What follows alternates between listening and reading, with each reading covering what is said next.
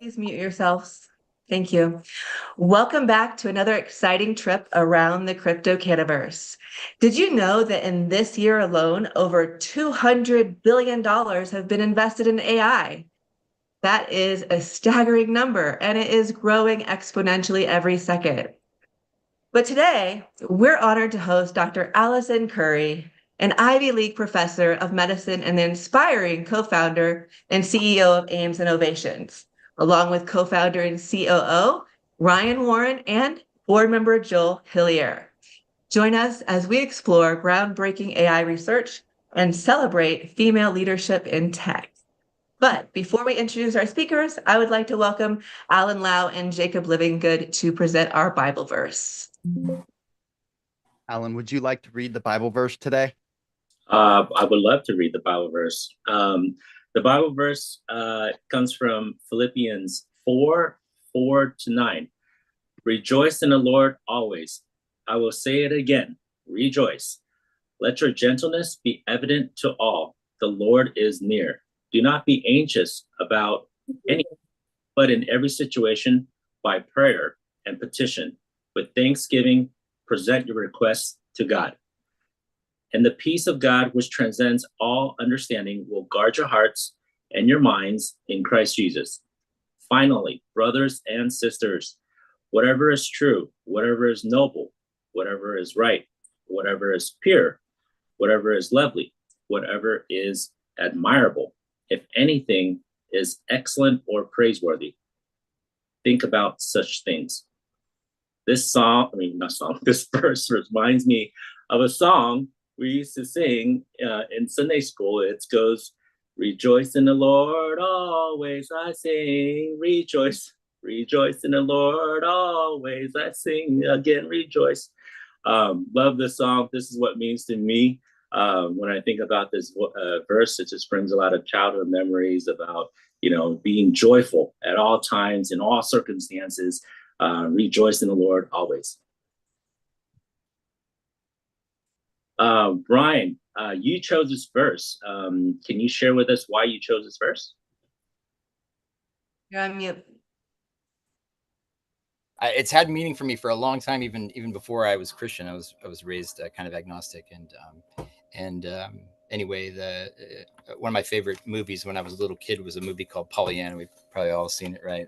And I just remember saying that there were like over 800 verses in the Bible that were happy texts, and so this was a happy one for me. Like I just, when there's times of anxiety and space in our lives and we struggle, it's good to think about the things that are pure and that are special and that are beautiful, that can lift us up. When it's Paul was writing it and he was in prison struggling when he wrote it. So yeah, I think it's a very special one to uplift us. Having been raised in an agnostic family dynamic, what actually brought you over to Christ initially? Oh, that's quite a story, man. It would take another episode, but I was rock climbing a long time back in the day, and almost had a serious accident, and you start to reevaluate things in your life, and yeah, I was kind of a slow introduction because I was very resistant. I was closer to the atheist side of agnosticism, and then before I found my way. Yeah. Amen. Thank you for sharing that. Thank you. I want to make any other announcements. Go ahead. Actually, Jacob, before we go on, do you have any other comments on that Bible verse? I actually do. I was going to breeze right by it. I actually have a coffee cup that has this scripture on it, so it's actually pretty cool. Like drinking a little affirmation, drinking some faith and prayer and supplication early in the morning to get your mind right and get the positive thoughts going. So yeah, it means something to me. I love it. Anybody else? That's awesome. I just want to do a shout out and say that we've been in 8 different countries. We've had all kinds of different faiths, and we have just been so blessed. What do you think, Jacob? I think we've done amazing stuff. I'm really excited. This is episode 140 something. We're up there. 125, but you're close. 125. Deviation of a 10% in, close, right? But I want to say huge thank you to our sponsor, NC Management. For over 25 years of excellence in digital innovation and their commitment to guiding businesses through the complexities of modern technology, their expertise in Web3, blockchain, and custom-built solutions ensures a successful digital transformation for all their clients. You can check them out at ncmanagement.io. This particular episode has garnered over 67,000 initial impressions, 30 reposts, and over 1,000 initial views on initial reach. I'm very excited to see what the numbers look like after the episode. And also, the Crypto Canaverse is hosting and organizing an international pitch contest for female-led startups focusing on technology sectors such as blockchain, Web3, AI, crypto, medtech, and fintech. This event is scheduled to happen in the last quarter of 2025. If you're interested in being a judge or sponsoring women founders, please contact Crystal Cruz on LinkedIn or via email at info@cryptocanaverse.com. Thank you, Jacob. Before we introduce the AiMS team, I would like to welcome our guest co-host, Joe Hillier. He is also a board member of AiMS Innovation. Welcome, Joel. Thanks very much. It's exciting to be here. And what an interesting panel we've got lined up today. So this should be a fascinating conversation. Absolutely. Thank you for being here. Can you tell us a little bit about what you do? Yeah, so I'm a fractional kind of startup helper, if you want to put it in the simplest terms. I've been working in startups and innovation, and I have advanced degrees in entrepreneurship and innovation and disruptive strategy from some good places to go to school. And it's always been a passion of mine. I started my first business as a 9-year-old selling paintings door to door with my sister that my parents had left over from an art shop. And by the time I'd finished school, I had 5 businesses that I'd sort of started up in different ways and been successful in that enough to get me pocket money so I didn't need to rely on my parents. So that was a fun thing for me. So I've been involved at the corporate level in innovation internally, so entrepreneurship. I've been a startup founder myself, and I've helped others start theirs. And that's really what I find joy and passion in, is actually helping people take an idea into the real world and make money out of it and get satisfaction from doing something that's actually quite challenging. So that's a little bit about where I come from and the angle that I'm in. What was your passion to come on as an advisor with AiMS? Where was that coming from? Well, that's a fascinating story, and I credit to a little bit of divine intervention with that. Maybe I'd ask Ryan or Ali to tell you how I got involved, because it's kind of a fun story. You want to share that, Ali? Sure. We were Ryan and I were at the Franchise Expo in New York City with a group that Ryan was working with previously. And we were in the section for services, and Joel was sitting next to us, manning his booth on business strategy. And over the course of 3 days, we had so many wonderful conversations, just as 2 service booths looking for clients. And so when Ryan and I began AiMS, Joel was just the obvious person to call. We found him to be very wise and even-keeled, which was a fantastic compliment to our personality. So we've been really lucky to have him.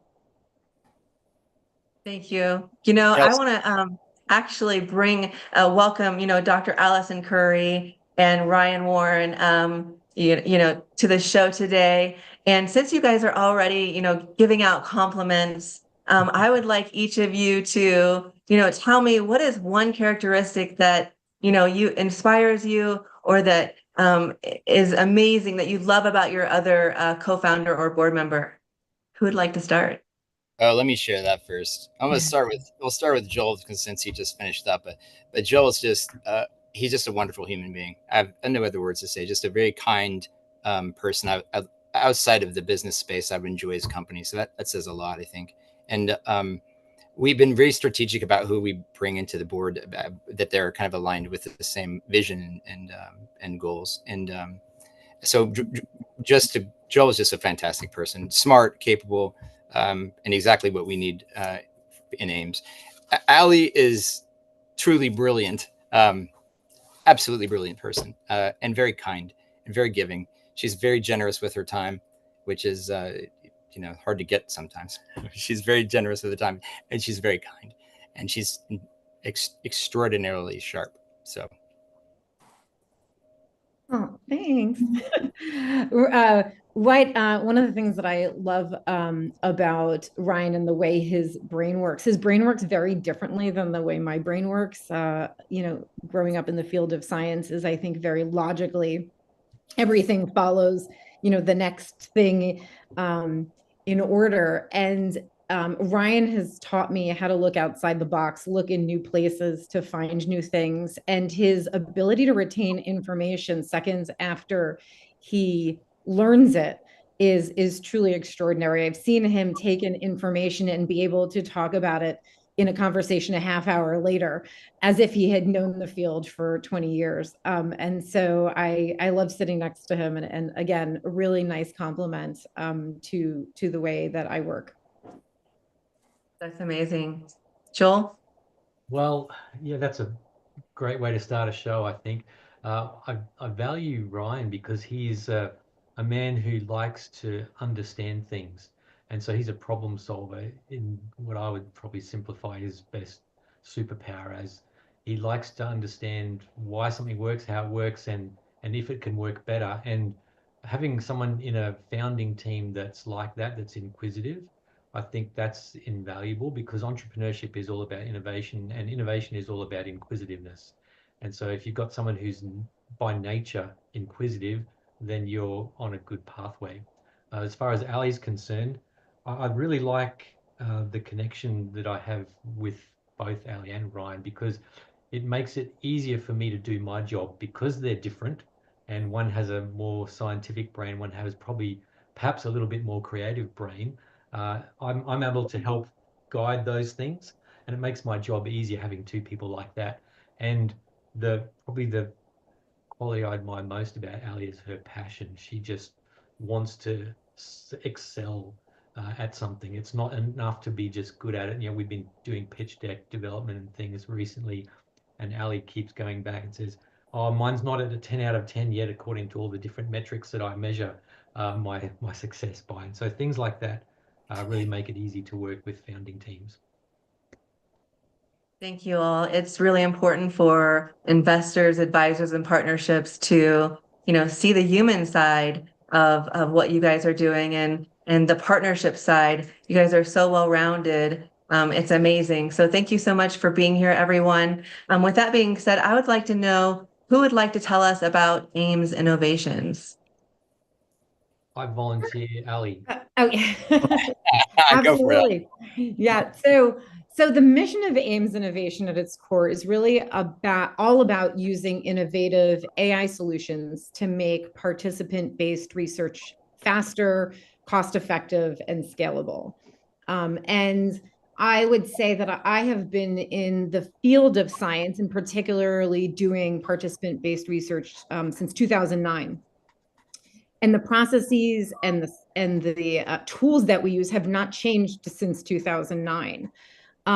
So the act of just the doing of the research in even Ivy League institutions and in the most elite institutions in the country is really a fragmented process with fragmented and outdated tools.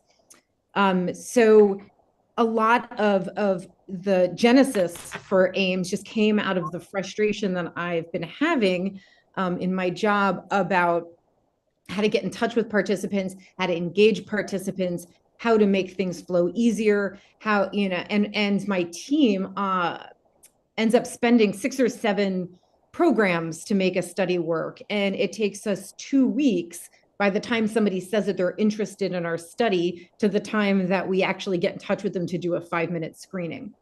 So as sometimes great ideas do, the idea for AiMS came down to actually a single minute. And I do research on teens with ADHD and autistic teens, trying to support their journey on learning to drive. And I had an NIH study, which included 60 participant study, so hour-long interviews with participants. And it took us, we're still doing the study analysis, but it took us a good 1.5 years to actually do the analyses. and the study. And after I spent a few $1,000s having somebody to transcribe all of these interviews, Ryan was sitting next to me, working in the telecommunications space. And I happened to look over his shoulder and saw that with his $15 VoIP business line, every call gets transcribed in full, along with call sentiment and call summarization and action items. And I was like, wait, hold up. I literally just spent $4,000 having somebody transcribe my interviews. And I see that as the single second that AiMS Innovations was born. Ryan had challenged me after that to spend a week thinking and really diving into how AI can help me as I was doing my research. And then I told him after the end of the week, I just can't unsee what I saw. And so he and I together decided to kind of jump in with 2 feet.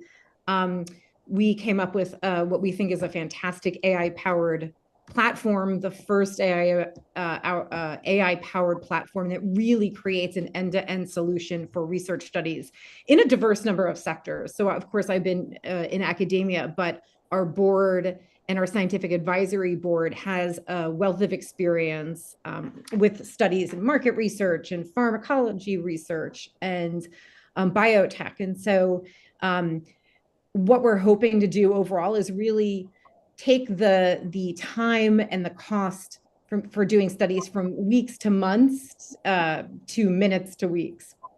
And by doing so, we can really triple the output that we discover new things. And so that's really, we keep that at the core of what we're doing every day.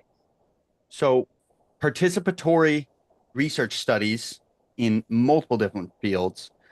You've secured $48 million in research funding. So what is the strategy there for convincing funding bodies or organizations to support work in these fields like AI and participatory research studies? Well, so many sectors use participant research studies. I think of it mostly as academic research, but community organizations and market trends and pharma and biotech all use studies which ask people what their behaviors are, what their insights are, and that really informs the things we make, the things we do, the innovations that we have. Advancements in AI present such a unique opportunity, I think, to automate and enhance so many of the processes that research teams struggle with on a daily basis. And so our vision is to be able to bring AI into, keep the rigor, keep the security, but be able to explode the amount of time that it takes, the cost effectiveness, and the global scalability of research. Most of our research is just done in English. And so having the accessibility to participants around the world and to researchers around the world is absolutely invaluable. Ryan, did you have anything to add to that? Well, I just think that from a practical standpoint, like, you just mentioned going for scalability and the amount of cost. I don't think maybe a lot of folks realize just exactly how much it costs to be able to take and do any particular study in another language. So when you say a lot of research isn't being done, a tremendous amount of research isn't being done. A lot of researchers have great ideas, but they can never get them off the ground because the operational cost is so incredible. And I mean, there's a lot we can talk about as it relates to like Web3 and crypto and things, but just universally, so much research and is not being done, and so much creativity is being put into the back room because it never gets off the shelf. It's too expensive to conduct. And so, AiMS, I think, has the potential to reach a lot of people and help a lot of people, which is one of the reasons I'm so passionate about it. So AiMS is really particularly focused on disrupting the research ecosystem, streamlining that using artificial intelligence. What are some of the big challenges in that ecosystem that you guys are like forefronting? Let me jump into that one, Ellie, because that has to do with compliance a lot. So if you don't mind. No, okay. Go for it. So this is like, we can just kind of scrape this surface, but I'm happy to like talk about this with anybody, anytime. And this is, I think, so important. There's the big issue with adoption of AI all over the place, and from the financial side to especially to academia and research, is that people fear AI and what it does with their information. They're scared about what happens if I give AI information. What could happen? Does it hallucinate? Does it carry over into another study? Where does my data go? And they have a legitimate concern. because the traditional, large scale LLM that we use, the ChatGPT of the world, is a public service point entity, and that information can cross contaminate. It is not secure, when it comes to this kind of research, we're dealing with protected health information and all sorts of financial information, especially crypto and so forth. All sorts of financial related information has to be secure. And how we make it secure, there are different ways of going about it, of addressing the LLM part, which one of which is not to get too technical, but it uses containers that are stood up in HIPAA compliant environments like AWS or Azure or Google AI to provide a HIPAA space where the LLM resides. And then outside of the LLM, there would be like a container with the index vector file. So it takes the information there and it's isolated, right? So I'm trying to think of a way to share this without being too technical. It doesn't allow for the sharing of information out that space for the most part. And that is about as close as you can get to HIPAA compliance using AI. AiMS has developed or is developing a kind of a novel way of doing that that takes it out of the hardware or hard cloud space and creating virtual VM inside of the RAM, which means essentially it means that the information doesn't spill over. There's no cross contamination. There's actually a recording of the transaction, or excuse me, of the erasure part of it, the cryptographic zeroization onto the blockchain itself. So you have a record of the actual deletion. So I guess set all that aside and say that has been a huge thing for our company, is to figure out how we make a fully compliant platform, meaning where's the information going? It's encrypted at all times. It's AES-256 at rest, and then it's TLS 1.3 in transit. And our platform is fully compliant, and our partners are fully compliant. And so, a lot of things going on there to make sure that we are, that we meet all the requirements, that we're GDPR, that we're HIPAA, that we're ISO 27001, IEC. It's that we're rock solid when it comes to those kinds of protections. We treat information that way. Even the AiMS platform, as it's being developed, it has a lot of unique features, especially for like enterprise level solutions to protect people's information, de-identifying when it's not necessary, those kinds of things. So that's been I think one of the bigger challenges is just making sure that this is set up in a way that people can trust what we're doing. Yeah. And I'll say from the scientific perspective that the vast majority of studies have the same pipeline, right? We prepare the study, we recruit and enroll participants in some way, we collect data, we monitor progress, we analyze. That wheel, the possibility of improving that wheel is absolutely enormous with AI in every sense. So one of the things that we've focused on is in creating our platform is having an LLM model with that serves as a generative AI NLP research assistant. Her name is Rachel. You can see that the big RA stands for research assistant, which is in academia what we usually call research assistants, RAs. She basically holds the hand of participants through the study autonomously. So she makes initial contact, recruits the participant, screens the participant, conducts surveys as needed with very complex skip logic, and collaborates in going back and forth with the participant. And she is not a chatbot. She learns for the information. She is highly specialized, trained as a research assistant. So she seamlessly brings participants through their research journey. I see it really as a funnel. She takes care of 99% of the work. And then these kind of complex cases that come up where there's a failed number or somebody needs some escalation, she collaborates with the human team to escalate that. And then somebody on our, on the research team can call and work with the participant. The other thing that's really missing every time we do research studies is a user-centric platform where the research team can go in and see where everyone is in the study. Like I said, right now we cobbled together 5 or 6 different programs and spend hours doing things that Rachel can do in 5 minutes. And so we see that the platform is really a space where Rachel, as the research assistant, collaborates with the research team. She's doing most of the work. The research team has this very like user-centric platform to be able to see what she's doing, to capture all of the transcriptions, to capture the participant information, the participant log, everything that Rachel's doing, all the way up to thematic analysis. So in that way, our platform really takes a research team from the beginning to the end of a study. So the cost savings, the efficiency savings are really enormous.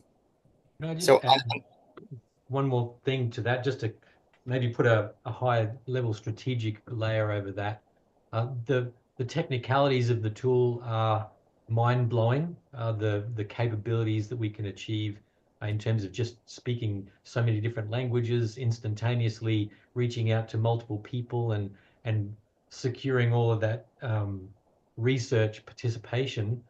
The industry verticals that this tool applies to are many and varied, and the discussion that Ryan had just before about the security and the compliance aspect, that has wide ramifications in so many industries, particularly in intelligence and defense and in finance and all those sorts of things. It can help you prevent ransomware attacks, all sorts of things like that. But at the basic level, what AiMS is doing is taking anyone who does any kind of market research, whether you're a marketing company, whether you're a financial services or insurance industry trying to figure out new product offerings, or whether you're a research institution like at an educational or pharmaceutical or medical application, anyone who needs information and they have to get it by asking other people about it, this platform will allow you to do that very, very quickly and very, very well,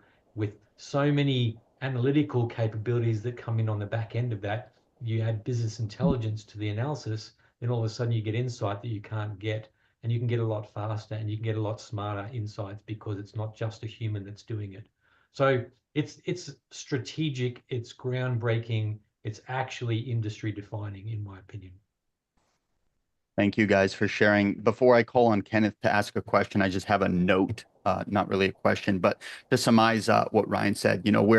We're AI, we're futurists and we're like riding the wave of the front of this. And a lot of people, I won't say normie, but I'll just say people that are just average consumers, when dealing with queries and LLMs, they are a little bit skeptical of where that information may be going.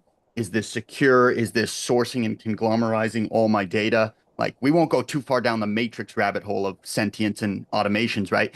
But we're moving into like AI agents and stuff like that. And so to be HIPAA compliant, you guys are building something that's allowing people to share this data safely and securely. And they don't have to worry about, if I shared medical information, that's going to get out anywhere from this individual container. So I think that's really beautiful. Kenneth? Yeah, sure. So I have several questions here. So, one of my companies, we specifically work in AI development and in as about 50% of what the development we have going on. So I have a few questions about Rachel, right? That's the moniker of the AI. So are you guys using for training this model? Is this a proprietary model that you guys are using, or are you aggregating open source models? I would assume it would have to be, in that case, it would have to be multiples, and then like aggregating those models together to do this specific application, or is this a application specific proprietary one that you guys have developed with the team? Just a little bit more information about the model itself would be nice. Sure. Just to kind of the basics of it anyway. So we're using a large model, right? And then we're just doing core training over the top of it with the team to trains it, and then setting that up in this case, we're actually using Azure to set this particular one up that powers Rachel. There are a few other AI pieces they're agentic pieces that have to be set up separately because this technology the only way to use agentic AI in the workflow and be compliant is to have them isolate it the same way. And so it's a little bit tricky because anytime you use a model, even proprietary ones, and there's a risk of data leakage, right? So I mean, and even sharing potentially with the GPU CPU, like if it's not sitting in the RAM, there is a possibility of contamination. So that's what our tool addresses. It does it with a tremendously low overhead and very efficiently. I'm really excited to share it. So it sounds like I would love to chat with you at some point. I think you've got the background to discuss the more technical side of the Rachel/Eve piece. Eve is the execution model. Yeah, you can geek out together. Yeah, I would love to do that, Ryan. The speed at which the development of the space is happening is very interesting to me. And then the application of, I mean, I'm very interested in the use cases, both in utilizing public models and just seeing what we can do with these large language models, and then aggregating different public models into specific applications, but also in the training. I do know that I'd like to talk a little bit on the back end. I know that what a lot of the public doesn't understand is training models, even if you're utilizing aggregation from public, it's very time consuming. It's immensely time consuming. Large projects like DeepSeek and ChatGPT, these have tens of thousands of individuals training these models, over and over and over, and taking data and doing it over and over again. So time and processing is there's so much more complexity behind when you use an AI assistant and ask it to schedule a meeting, right? That's all that the user sees on the front end, and it's scheduling a meeting, and it's building a schedule for you, or it's making a phone call, or it's sending out an email. But on the back end, that could have been hundreds and thousands of hours of specific training. So I'd love to just the general public to just understand how difficult this is. This is not something that you just come up with overnight. AI training is especially application specific, which is not necessarily what Rachel is, but there are very specific applications that is being trained to do. So it's a very difficult process to train these things.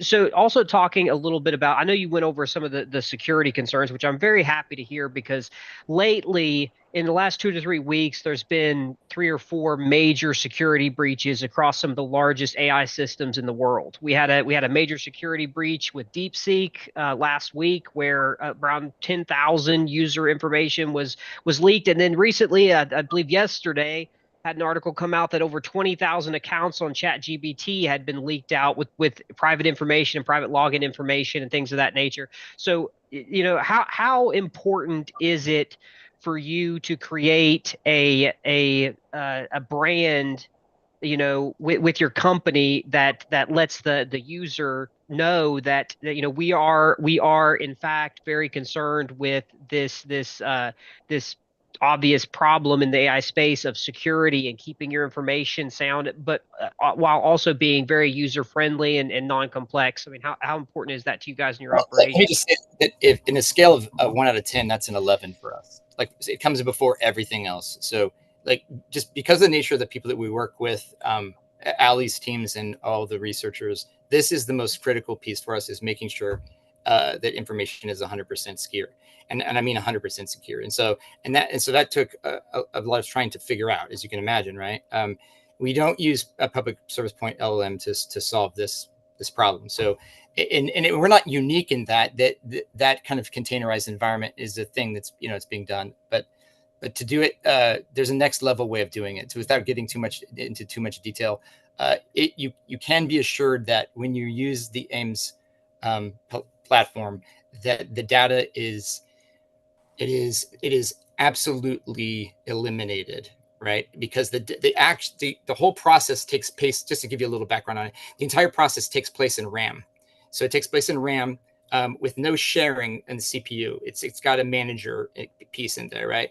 And then when the interaction is over, it uses a cryptographic zeroization process to eliminate the data in the RAM, right? Which and then it logs that record into the blockchain. So you have a recording, which is one of the compliance aspects of like if a GDPR is to be able to record and log it, and you have an immutable log of its destruction, and then there's no possibility that it can be shared with anywhere else. So so to just answer your question again, that is the most important part of this whole process, why it's taking a while to put all this together. And that's why we're asking for additional funding, is to make sure that we can do this. But it has so many wide-reaching implications once we achieve that level of security. And I will say, just from the researcher point of view, probably the biggest barrier to adoption, because it's the first question I get whenever I talk to my my colleagues is, but that's open source, right? But that's and there's very few academics that know much about AI at all. But the impression is out there that going on to any AI and plugging anything in is just it's not safe. And actually you're told by their institutions not to use any of these tools. So I think the way I feel about at the institution level is I see at my institution and others like it, they keep dipping like a little toe in the water, right? Like we've got our own GPT that you can use, or we're just kind of playing around with this one thing, but the prevailing thought is that we should stay away from it as much as possible. And so one of the missions that I'm on is to help my colleagues and other researchers understand that we can speed up the studies, make them more scalable, make them more cost effective, and keep the same amount of rigor and actually more security than we have right now. The AiMS, what Ryan was just talking about, Eve, is far beyond what we do, I think, in institutions currently to be HIPAA compliant. And we're working with one of the leading firms on to make sure that we are third-party verified and that we are abreast of all the different changes and all the different security regulations around the world, and that we keep up to date with that.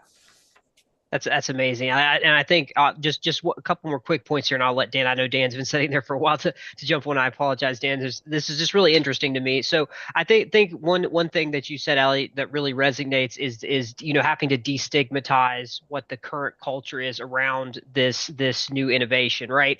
And I mean, it's the same way. I've been in blockchain technologies for over a decade now, and we've seen that over the years. You have early adopters that understand the disruptive power of a technology, but it normally takes years and sometimes decades to destigmatize certain things about that. We saw it with the internet. We've seen it with cell phone usage. We've seen it with, lots of different things, streaming content and so forth. So, that's always a task of the early adopters, is to teach the general public that, hey, that what you've heard isn't necessarily true. And the problems that are here can be easily fixed if we put enough time and effort into it. So I think that's fantastic.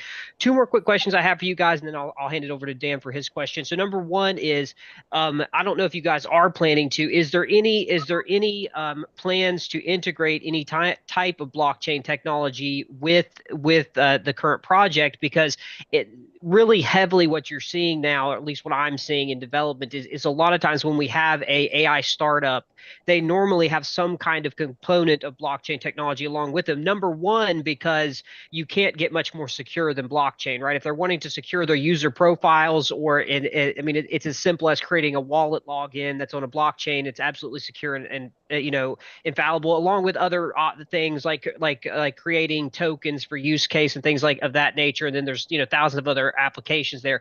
But is there anything that you guys are looking at in the crypto sphere to be included with Rachel and the AI assistant? Al, do you want to answer that, or Yeah. No, go ahead. You go for it. Well, an in-depth knowledge of Web3 and blockchain is kind of missing from our team. I've dabbled with it for quite some time, and I understand it, but not at an extremely deep level. But I can see so many potential use cases. Certainly, when it comes to like the blockchain as it relates to Eve and how Eve logs in the blockchain. In this case, the Ethereum blockchain.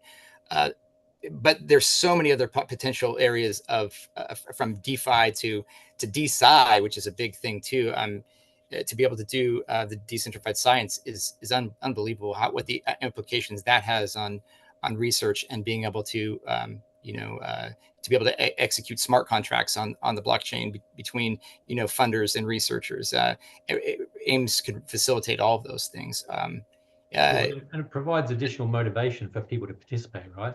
So oh my goodness. if you're thinking about using anything, DeSci, DeFi, whatever, you're crowdsourcing input because you're rewarding participation in a way that, that's blockchain miners doing that for Bitcoin and so forth. So the idea of that is quite powerful because it's already a product market fit. There's no reason for us to have to prove that at all. And so I think there's just unbounded opportunities in the Web3 space to do all sorts of very innovative, creative things. Let me add one more thing to that, Joel. Yeah. I want to say that from what I understand, there does not appear to be very much, if any, research done in the behavioral side in blockchain, and for that matter, cannabis as well.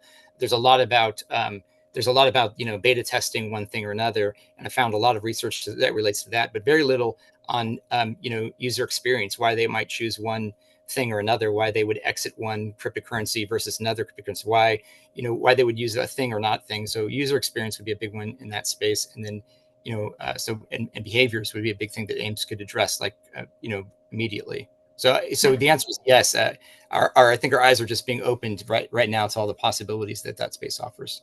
And I will say our board the members of our board have deep expertise in behavioral research.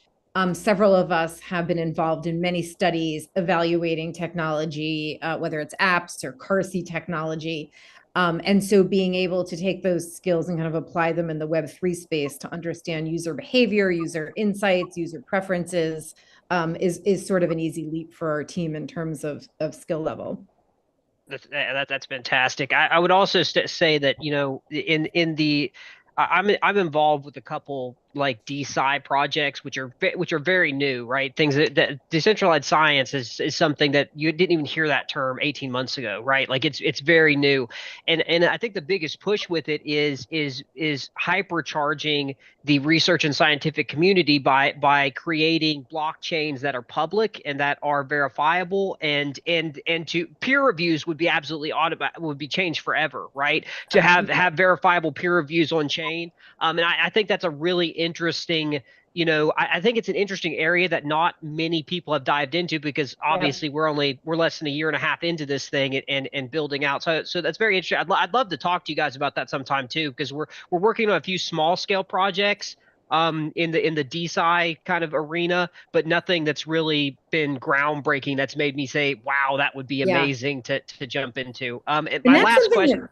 I was just going to say that's something that really resonates with me, and what I see on the front lines is that scientific journals are having so much more trouble since COVID getting peer reviews. I was just talking to somebody yesterday who has had her scientific article under review for 5 months, only to be told that they tried to find 50 peer reviewers and they could only get one review, and sorry, they're just going to reject it.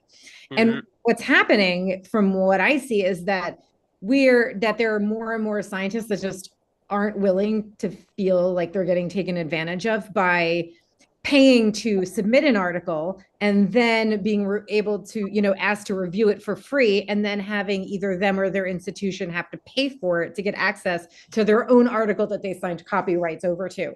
And so what I've seen since COVID is that it's much, much harder to be able to get scientists to do anything for free.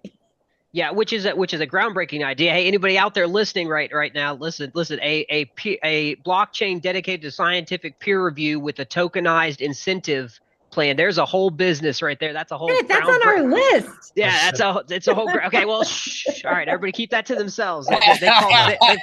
They've called dibs on it. No, but honestly, there are. I love getting on calls and conversations with people in the space like this, because you can have 2 or 3 ideas talking about these areas that just hasn't been done yet because of how new the space is. And I think it's fantastic, man. If there was 100 of me, I would be building 40 different projects right now. But there's only one of me, so it's how it works. But yeah, that's super interesting. The last thing I wanted to do before I hand it over to Dan is I believe Crystal had said that you guys are currently working with some major hospitals like John Hopkins and maybe a few others there. So just to help you guys with what you're going on, what kind of what is the needs of the project right now? Are you guys looking for partnerships and like or affiliate programs? Are you looking for new staff? Are you looking for development? Are you looking for injections of capital? And just maybe tell us a little bit about the needs, that you guys currently have, and we'll so we can get that out there to the listeners and to the investor networks. Ali's not answering, so I guess my one thought was traction does not seem to be our problem. Many of our board members have large networks of academics and public health and pharma, and there isn't a person that any of us have talked to that thought this was paradigm shifting, given that we're all stuck in the mire of inefficient studies. But I'll let Ryan answer what you say, but that was the thing came up in my mind. Well, I think that's absolutely perfect. But to answer your question, kind of like all of the above, right? We need to secure funding capital to complete our projects, and then so that we can jump right into commercialization. What's really great about this is we're very close to being able to fully commercialize. We can actually operate on the MVP that we've created, just not in a compliant way, not the compliant way we want to operate. So in order to get to the compliant level, we need to be able to afford to finish the development. That's the biggest part. And then we would like to scale rapidly so that, because we truly have a first mover advantage in this space, we would want to scale as quickly as we possibly can to bite as much of that, $200 billion TAM that sits out there. I mean, if we capture 1/10 of 1%, that's $200 million ARR. So, and the potential to impact a lot of people in a positive way. So, Ryan, do you want to mention how much we're looking for? I just thought I saw that question in the chat. That's what I was about to ask. Yeah, go ahead. So we're looking for, the ask right now is $5 million for 15% on a board seat. Sets the post money valuation at 33.3 million, I think, something like that. And of course, there's a lot that goes with it, but. And we do see development and sales and marketing as our first priorities. Certainly getting the core team in order, but development, we already have a development team that we've been working with for a long time. They're absolutely fantastic, that have deep knowledge of the AI space and have actually worked with several banks. So we're already continue right now to talk about to talk with them about planning the development. So we are primed and ready to go. Well, it sounds like you guys are, I myself, it was niche, but obviously just being in the blockchain space, but ran a venture capital firm for quite a few years. And it sounds like, this is where you guys are positioned is where is where most venture capital wants to see a project prior to getting involved, right? They want to see an MVP, which you guys have, even an operational MVP outside of, some tweaks that you guys want to make. So that's a great position to be in. Really quickly, what would be your ideal investor? What would they look like? Are you guys looking for individuals with a certain skill set to come in, or a value add, or something like that? Are you guys opposed to like a venture capital firms coming in, or would you rather stick with individual / angel investor status? Like what would be your ideal if you could just swing a wand and there it is? I think we've all had this conversation a bunch. Ali, I know you and I have talked about it, and the rest of the team has talked about it. We'd really ideally look for somebody that had the same strategic long-term view that we have, which may not be a venture capital team. It may be, and there's a tremendous upward trajectory, I think, with this company. So we're open to different funding sources. But again, we want to have somebody that's allied with us to bring this up to what it can be. I think like I said, the potential is just extraordinary. And we want to find somebody that kind of aligns with our team's vision. Yeah. And perfect. I mean, we have patentable technology right now. We've already got patent applications in. So the value for this is quite impressive. And absolutely looking for a strategic investor, someone who's not just there to take money out of the business and disappear, but to help us grow it and expand it into things that, as I think Ali and Ryan have both said, that are life-changing things for the people that actually use the tool. Because particularly, I mean, we all experience things that have relied on research every day. And if we can help enable not just less expensive research, but better and more research in things that matter, then that's a valuable outcome. So someone that aligns with that ethos is really a powerful person for us to get connected with. Anyway, I'd love to hear what Dan says. Yep. Dan, we're going to pass it over to you. And again, sir, I apologize for all the questions. I just got off on a rabbit trail, but yeah, Dan, it's all yours. No problem at all. Great questions. Appreciate all the insights and answers. Yeah, in my head, this seems to make so much sense. As someone who came from an academic background, cold calling or just calling survey is obviously a huge challenge. And I'm just curious on the problem side, have you quantified just how much time or percentage of a funding request or a research grant goes into this process of manual calling and outreach? And if so, can you put a dollar amount on how much that looks like? Yeah. Well, Ryan and Joel have been asking me that from the beginning. And what's the average research project look like? And the truth is they're all so different. So what I did was I took some of my research studies that I had done, and we have to track every dollar, right? So I know where every dollar in any research study has gone. And what we came up with was probably 67% of time saving. We can probably do it. I mean, if you think about it, in a 100-person study or 1,000-person study, you're calling one participant at a time. And I asked my team, what's the average time between when somebody emails us back and says, I'm interested, and you can give them the 5-minute screening we need to see if they're eligible? And she said, oh, like 2 to 3 weeks. Right. So we rewrite an email and then they call and then they leave a voicemail on the study phone and then we call them back and email them back and then it gets stuck. And then they want the screening call at 7 p.m., but we only work till 4 p.m. Rachel can call thousands of participants at the same time. So you think her ability to just automatically screen 1,000 participants in a day in multiple language. She also works on a number of different channels, right? So WhatsApp and Telegram and SMS and email and phone. We are extremely limited. Actually, just got an email yesterday from my institution that says we're dipping a toe in the water to see if we can get a research participant to text us back, because it's only one-way texting now. So as far as I'm concerned, we're living in 10, 15 years ago in our scopes and in our daily activities. So I'd say so lightning fast, probably 2/3 of the cost, in a way that makes it a minuscule amount that we're usually pay for these services. Sorry, go ahead, Brian.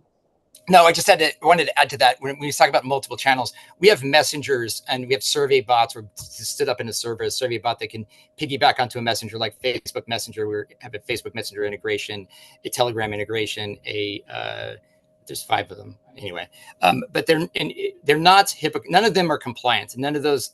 So you can't actually affect any kind of study that needs to be compliant across a channel like WhatsApp. The WhatsApp is 256 encrypted. It's they won't provide a BAA, so you can't make that a HIPAA compliant communication channel, but it does help facilitate, scheduling and things like that through messengers.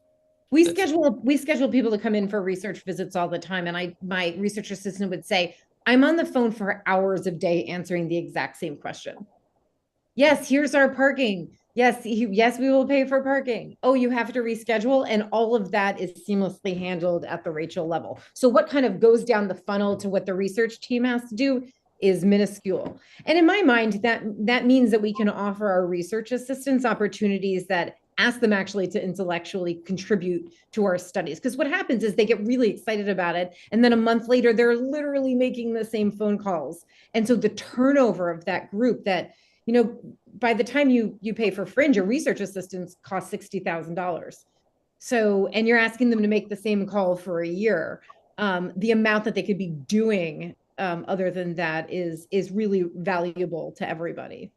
Can I just interrupt the conversation, folks? I know we're getting close to our time here, but I'd love you to talk about why Rachel and AiMS platform is so different from any competitor out there right now. So there are a bunch of survey organizations, a bunch of survey tools, and I know the answer to this, so this is a bit of a Dorothy Dixer kind of question, but I'd love to hear you talk about what you think it is that is so groundbreakingly different from any platform. Why would I want to switch from what I know to something like AiMS? You want me to take that? Yeah, go ahead, Ray. Giddy Okay. up. Well, I mean, there are competitors in the survey space. To name them by name, there's some that we all know. There's the Qualtrics of the world. There's SurveyMonkey. There's Redcap isn't really produces surveys.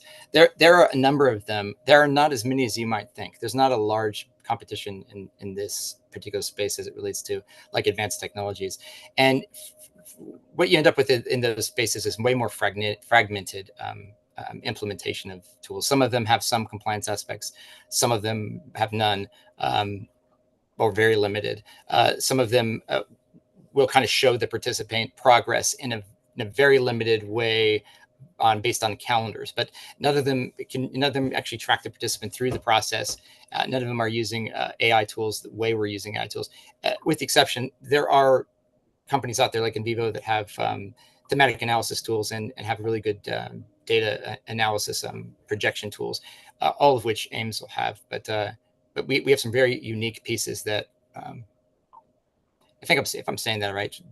Do you want to add to that? Yeah. I was going to say, just to add to that. So Ryan was what he was alluding to is this end-to-end solution where we have first mover advantage in an end-to-end solution. We are also compliance first, and so SurveyMonkey has just compliance only in HIPAA and only if you have the enterprise. Some of the other tools are not HIPAA compliant at all. I would say user-centric design, which is one of the issues with Redcap, which a lot of researchers currently use. And that's the one that we use and then have to layer 5 other tools on top of it to overcome its deficiencies. And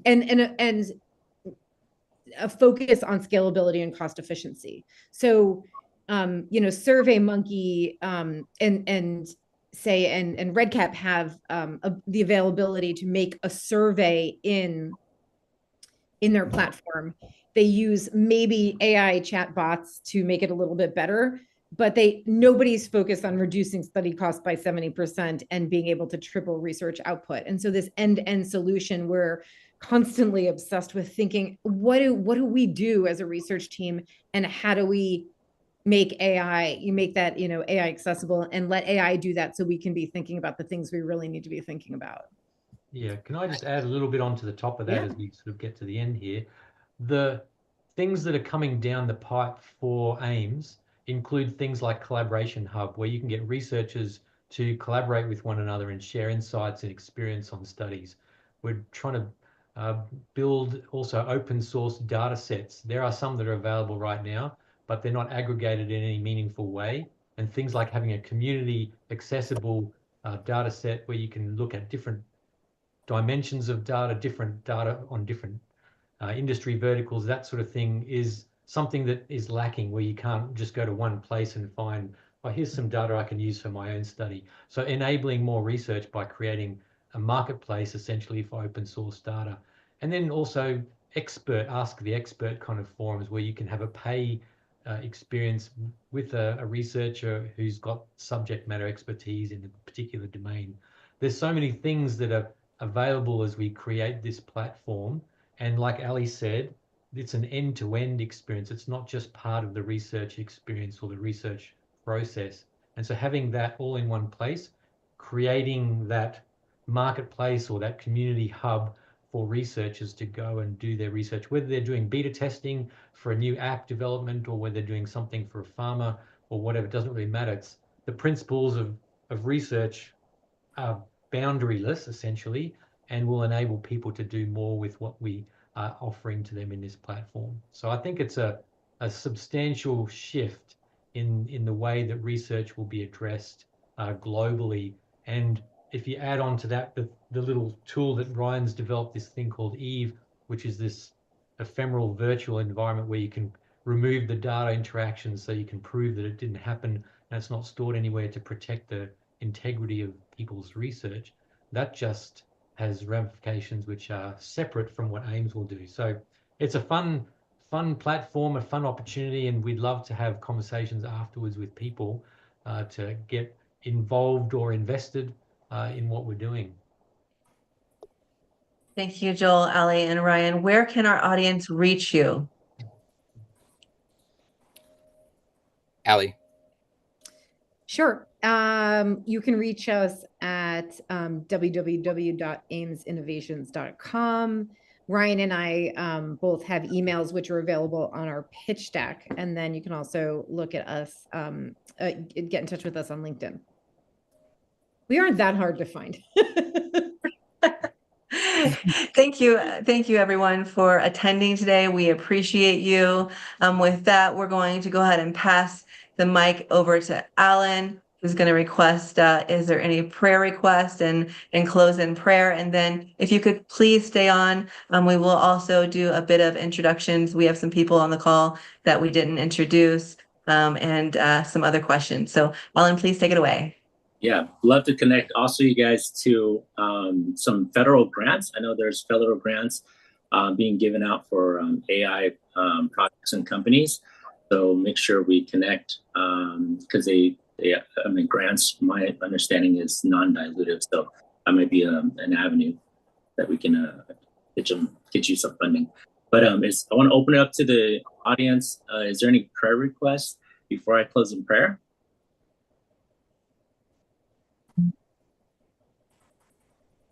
No?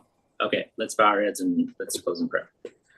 Dear God, thank you so much for another week of Crypto Canaverse, where we can showcase the AiMS, a platform in research AI, knowing that this is going to be the future technology, knowing we're all developing to do good, to further your kingdom.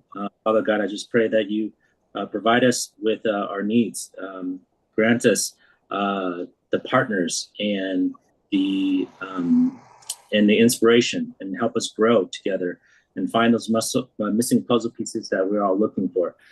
Continue to protect this group, provide us for a good weekend that we can share lots of joy and bring us lots of peace in our lives. So I just pray all this in Jesus' name. Amen. Thank you, Alan. You always say such wonderful prayers. I appreciate you. With that, we are now, everyone have a wonderful weekend.